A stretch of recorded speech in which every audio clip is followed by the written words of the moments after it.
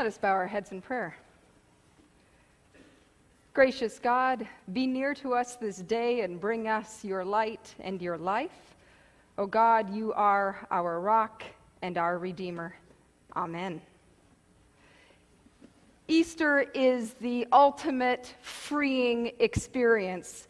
Jesus, who is executed on Friday and laid in a dark, cold, small tomb, by Sunday morning was free of the tomb, free of death, free of that space. He was alive. Christ is risen. Let's try that one again. Christ is risen. He is risen indeed. Jesus' whole life was about setting people free. He did it as he taught people, as he healed people, and as he raised some to the death. From the death. Lazarus was the most dramatic example of that. Lazarus was a very good friend of Jesus's. However, when Lazarus fell ill, Jesus was not nearby, and he didn't go rushing back to Lazarus. He waited, it seemed, deliberately. And by the time he did get to Martha and Mary and Lazarus' house, it was too late. Lazarus had already died. Mary told Jesus that not only was Lazarus dead, he was a lot dead. He was 4 days past his death, and the tomb would have already been starting to smell. I can remember a few years ago when I unplugged a fridge in the basement because it was empty and wanted to save some energy. A couple of months later, there was this smell. And we couldn't figure out where it was coming from until I realized that the fridge actually was not empty. The freezer had a little bit of minnows that my husband used for fishing bait, kind of tucked in the back corner of the freezer. Let me tell you, the smell was something else. There was no getting that smell out of that fridge and freezer. We had to throw it away. That's how bad it was. So you can understand what the position that they were in with Lazarus. But Jesus wasn't afraid. He wasn't put off by putrid places. Jesus said to Martha, I am the resurrection and the life. Notice that resurrection isn't just something that Jesus does, it is something that Jesus is. I am the resurrection. It's interesting that Jesus brings Lazarus to life again. I mean, that's a pretty awesome miracle. It's right up there. Walking on water is cool, but raising somebody from the dead, in my opinion, is just like a whole other level of amazingness. But he only does it a couple of times. This isn't something, Jesus doesn't seem to wander around the countryside, crashing funerals, cashing in on those cute little sandwiches and those yummy Nanaimo bars. Those are the best parts.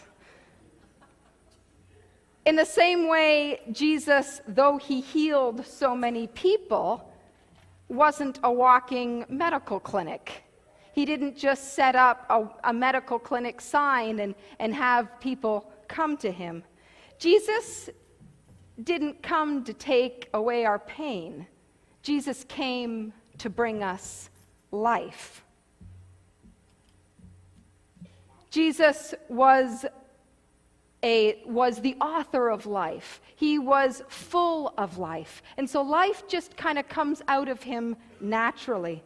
Jesus brought Lazarus back to life, not because of his own pain. And as the shortest verse in the Bible, Jesus wept, indicates he did hurt when Lazarus died. He was grieving that loss. He didn't do it, I don't think, for Mary and Martha's pain either. He did it as a trailer or as a prequel to his own story.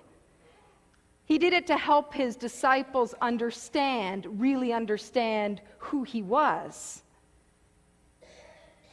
He did it so that they would not only believe, but understand.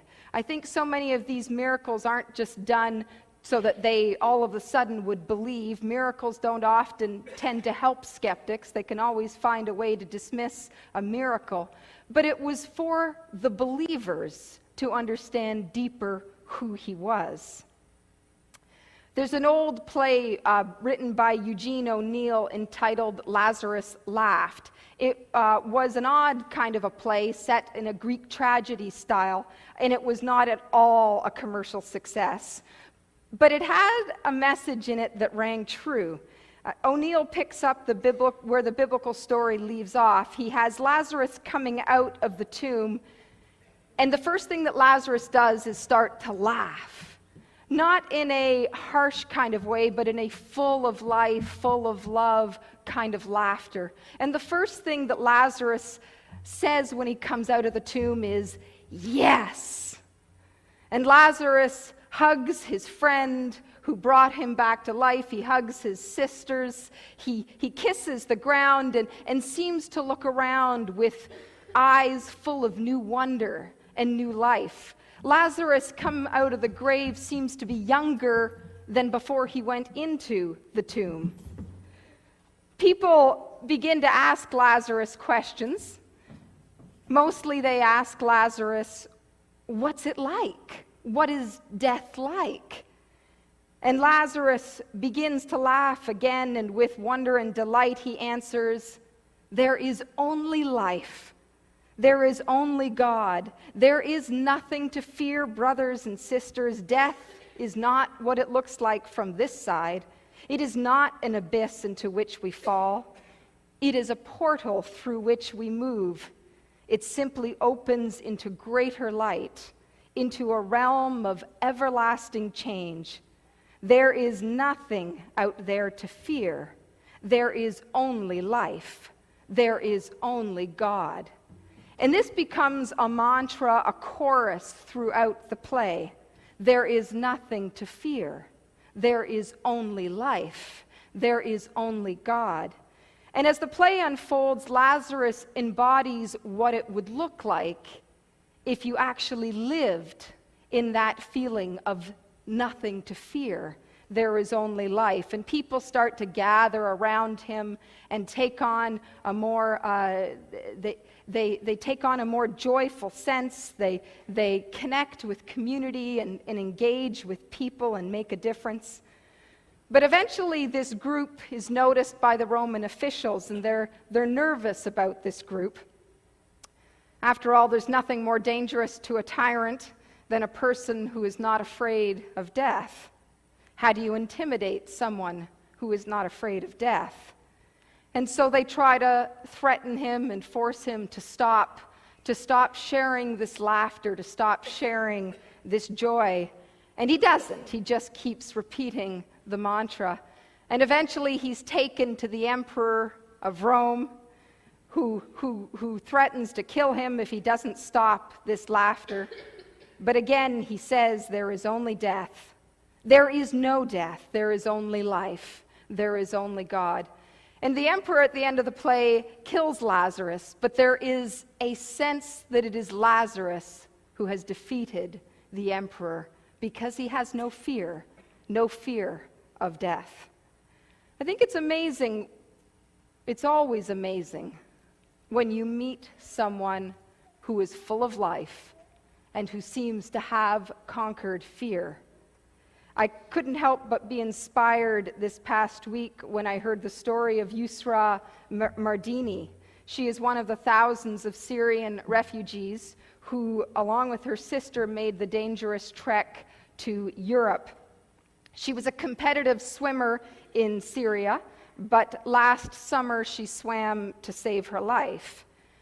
This 18-year-old Syrian refugee says it was very difficult maintaining her training in Syria during the war. Trainings were often canceled or held at pools that were later struck by explosives. She remembers once swimming in a pool and looking up and seeing 3 or 4 holes in the roof where she could see the sky.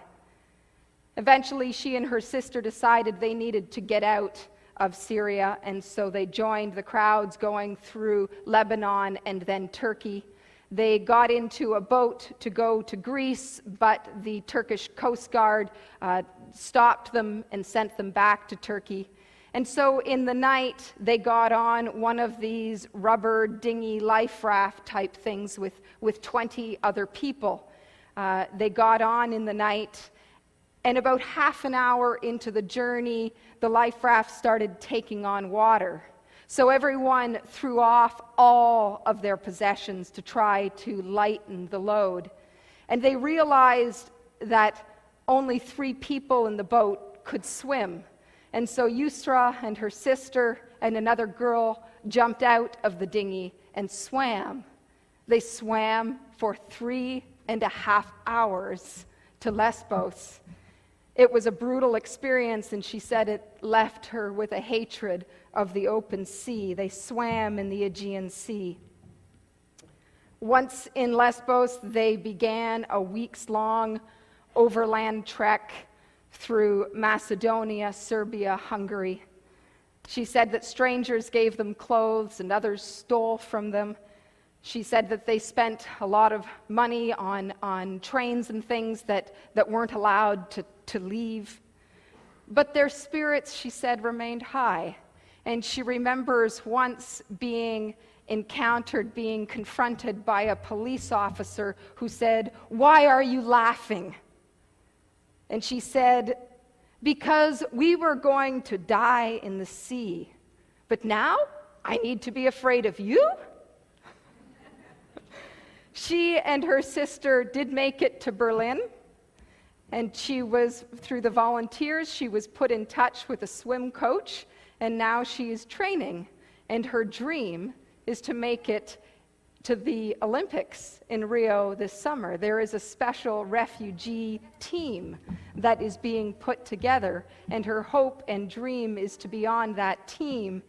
She said, "I just want refugees to be proud of me, and I just want to encourage them."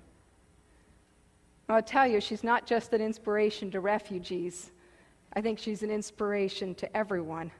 And my hope and prayer is that she will indeed make that team. Our journey through life can be so difficult and so painful, but we are offered a hope, an abundant, real life. It's amazing. It's amazing what we can do and what we can face when we are filled with that life, when we are not afraid to live. Reverend Dr. John Claypool was a well-known Episcopal minister in the United States, Anglican, in Canadianese. In an Easter sermon a few years ago, he told a story of a dream he'd had. The dream took place, he had this dream close to Easter time, and he dreamed that he died. In the dream, he said he felt himself moving through a cool, dark place. But then he said he came into what he could only describe as a kindly light. He said he felt accepted and embraced and welcomed. And then he said he heard a voice that spoke his name and then said, "Welcome. I have some questions to ask of you." And then he thought, "Oh no, here it comes. A litany of all the things I've done wrong." But the voice said, "Can you weep? Can you weep for all of the pain that you've caused others and you've caused yourself? For the way you've abused power or neglected the power you had? For the things that you've done that you wished you hadn't done? For the things you have left undone and wished you had done?" And he said in that time he was overwhelmed he felt a tremendous sense of regret and sadness just fill his being. But then the voice said to him, "Let me ask you a second thing. Can you laugh at all the funny stories that you've heard, all the hilarious things that you have witnessed, all the good things that have happened. And he began to think of all the goodness and the mercy he had experienced. And then he said this laughter just welled up inside of him. And he began to laugh, and he felt that God was laughing there with him. And then when the laughter died down, the voice said, "I have another question to ask you. Do you want more of it? Do you want more of this life that I have to give you? Do you want more?" And Claypool says he remembers thinking that there was nothing automatic about the answer. He said, there is the pain of life, and there is the wonder of life. Do I want more of this bittersweet reality that is life? And then he said, from somewhere deep within me rose up the words, yes, yes, I do want more of it. And with that, the light said, welcome. That's what I want to give to you. It is my good pleasure to give you life abundant. Therefore, enter into the joy of the Lord. And with that, he felt that he plunged further and deeper into a great ocean of light. Do you want more of it? The life that Jesus comes to give to you. It's not just for some of you, it's for all of you. It's for you. It's for you. It's for you. It's for you. It's for you. It's for me. It's for you. This is the Easter message. Jesus said, I am the resurrection and the life. Those who believe in me, though they die, yet will they live. And everyone who lives and believes in me will never die. This is the truth. Jesus, who died and was raised to life, is the author of life. And he comes to bring you real life, here and now. Thanks be to God. Christ is risen. Christ is risen. Amen. Let's stand and sing our final Easter song.